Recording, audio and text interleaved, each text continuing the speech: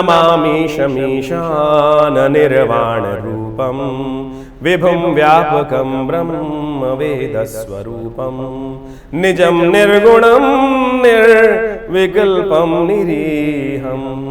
नमस्कार, स्वागत है आपका आचार्यवाणी में।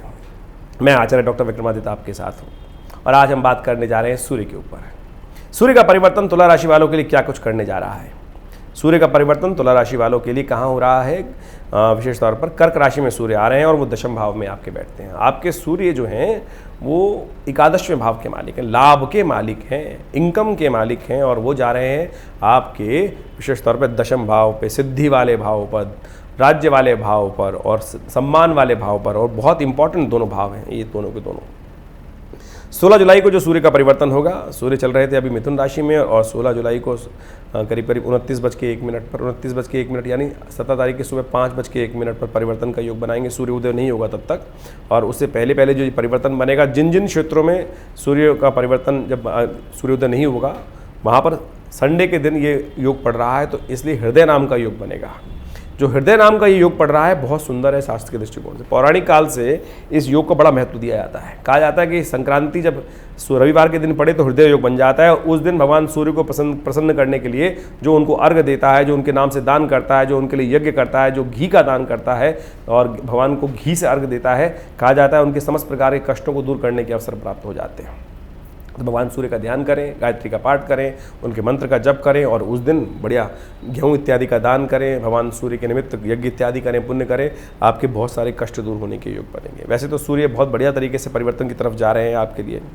आपकी राशि कहाँ पर है मैंने आपको बताया, एकादशवें भाव के स्वामी हैं सूर्य आपकी राशि के अनुसार से तुला राशि वालों के लिए और दशम भाव में जा रहे हैं। और ये जो योग बन रहा है विशेष तौर पर यदि हम समझें क्या कुछ होने के योग दिखाई देते हैं। ऐसे में जो बच्चे हैं विशेष तौर पे जो तुला राशि संबंध बच्चे हैं उनके शिक्षा संबंधित कार्यों में बहुत उन्नति होने के योग बनेंगे।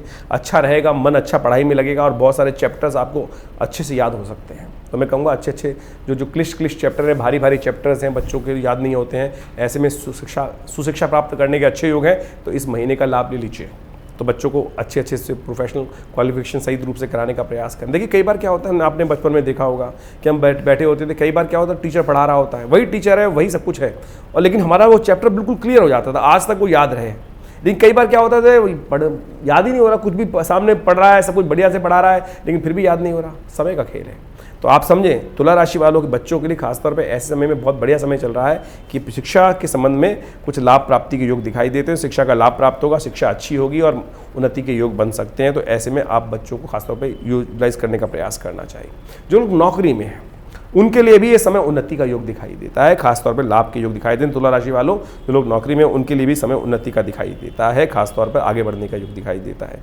जो लोग खासतौर पर सुपरवाइजरी तौर पर काम कर रहे हैं उनके लिए भी कुछ एनहांसमेंट के योग दिखाई देते हैं, उनकी प्रमोशन के योग दिखाई दे सकते हैं, उनके लिए आगे बढ़ने के अवसर दिखाई दे सकते हैं। तो उनको भी अपने काम को बहुत बढ़िया तरीके से अलर्ट रहते हुए करने की ज़रूरत है, जिससे हल्का सा समय आ रहा है उसमें कहीं आप जो जागत है सो पावत है, जो सोवत है सो खोवत है, सोते मत रह जाइएगा। समय अच्छा है, इसका यूटिलाइज करने के लिए कहीं थोड़ा जो अप्रोच लगवानी है वो लगवा लीजिए, लोग सुनेंगे और आपका काम कर देंगे। ऐसे में खासतौर पर समय दिखाई देता है। लेकिन एक बात का ध्यान रखिएगा, ऐसे में कुछ माता पिता बच्चों का, कुछ बड़े लोगों का माता पिता के साथ मतभेद हो सकता है। और यदि ये मतभेद हुआ, क्योंकि सूर्य आपके कहाँ चल रहे हैं, दशम भाव में। दशम भाव पिता का भाव है, दशम भाव पिता का है, तो चतुर्थ भाव की दृष्टि है वो माता का भाव है। ऐसे में सूर्य उग्रता के कारण से पिता के साथ माता के साथ कुछ अनबन होने के योग दिखाई दिए जाते हैं। और एक समझ लीजिए एक बात, इस संसार में, इस धरा पर, इस मृत्युलोक में माता पिता ही साक्षात परमात्मा है। यदि आप माता पिता का सम्मान नहीं करते हैं, कुछ अपशब्द का उच्चारण करते हैं, उनकी श्रद्धा के साथ पूजन नहीं करते हैं, उनकी अवहेलना करते हैं, तो आपके समस्त ग्रह अरुष्ट हो जाएंगे और सब ग्रह सो जाएंगे। तो ये मत कीजिएगा। सूर्य अच्छे परिवर्तन की तरफ जा रहे हैं, कम से कम इस बात का ध्यान रखते हुए कार्य करने का प्रयास करना चाहिए। परिवार में भी कुछ अनबन होने के योग दिखाई देते हैं। अपने जीवन साथी के साथ, बच्चों के साथ अच्छे से व्यवहार करने का प्रयास करें। कई बार क्या होता है, हम प्रोफेशनली अच्छे होते हैं, वहीं लिप्त हो जाते हैं, वहीं काम करने का मन करता है, क्योंकि मैंने कहा कि प्रोफेशनल कार्यों में अच्छा समय प्राप्त हुआ, तो वहाँ घर की उपेक्षा कर देते हैं। तो सबको बैलेंस रखते हुए कार्य करने की ज़रूरत है, तब आपके लिए सब अच्छा रहेगा। ओवरऑल सूर्य का परिवर्तन बहुत अच्छा दिखाई देता है, तो ऐसे में इसको थोड़ी बहुत जो कष्ट है उनको ठीक करने का प्रयास कीजिएगा। सूर्य का जो परिवर्तन हो रहा है, जो दशम भाव में आ रहा है, वो कमर का भाव भी है, तो कमर संबंधित रोग ना भी परेशान करें, इस बात का ध्यान रखिएगा। खासतौर पर कमर संबंधित रोग, पेट संबंधित रोगों पर कुछ कष्ट होने के योग दिखाई देते हैं, तो इसका भी ध्यान रखते हुए कार्य करने की ज़रूरत है। ये जो संक्रांति पड़ रही है जो 16 जुलाई की, वे विशेष तौर पे सावन के विशेष तौर पे कृष्ण पक्ष में पड़ रही है, और इसके बाद जो ये जो संक्रांति है, कर्क संक्रांति है, और इसके बाद अगली संक्रांति रहेगी वो सिंह संक्रांति रहेगी, वो पड़ेगी 17 अगस्त को। ये पूरे 31 दिन का जो समय है, इसमें बीच में पूरा का पूरा एक महीना 30 दिन का आ रहा है, और उनमें संक्रांति नहीं पड़ पा रही, इसलिए जो बीच का समय है वो मलमास आ गया है। और इस बार जो मलमास है वो सावन में पड़ रहा है, और सावन में मलमास पड़ने से कहा जाता है संक्रांति के बीच में जिस मास में संक्रांति ना आए वो मलमास हो जाता है।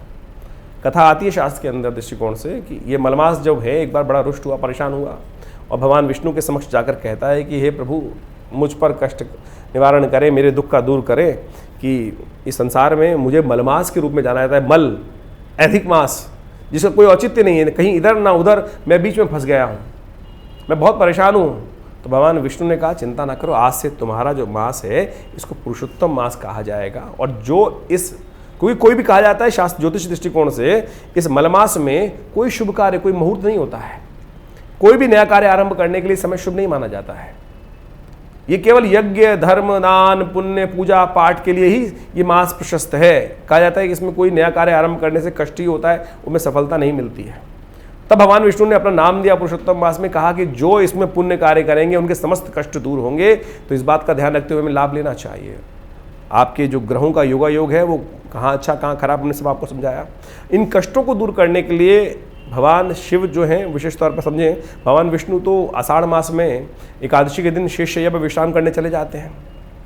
अब उस दिन से समस्त सत्ता जो है 4 महीने के लिए, कार्तिक खासतौर पर एकादशी तक के लिए, देवउठनी एकादशी तक के लिए भगवान शिव के हाथ में आ जाती है। और सावन के महीने में भी मलमास पड़ रहा है, समस्त शिव के आधिपत्य में पड़ रहा है, तो कोशिश करें शिव का ध्यान करें ना। हमने इसी बात को ध्यान रखते हुए विवेकानंद योगाश्रम में बहुत विशाल शिवलिंग है हमारे आश्रम में, काले रंग का भव्य शिवलिंग है भगवान का, उनका नित्य प्रति रुद्राभिषेक का सुंदर कार्यक्रम रखा है जो पूरे सावन चलता है और मलमास में भी चलेगा।